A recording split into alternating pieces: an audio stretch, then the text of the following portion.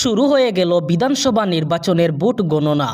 আজ 4 মে সোমবার বিধানসভা নির্বাচনে অসমে 126টি আসনের ভোট গণনা শুরু হয়েছে। সকাল 8টা থেকে শুরু হয়েছে ভোট গণনা। প্রথমে ইভিএমে ভোট গণনা চলছে, এরপরে হবে পোস্টাল ব্যালট গণনা। ইতিমধ্যে 34টি আসনে ভোট গণনা শুরু হয়েছে অসমে।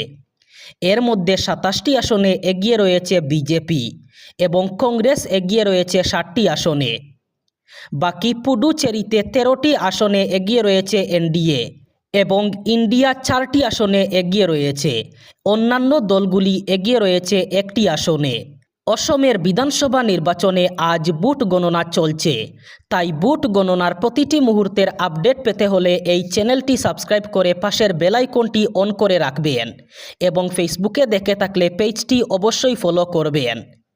এই চ্যানেলে আপনারা সবসময় ভোটের ফলাফলের আপডেট পেয়ে যাবেন।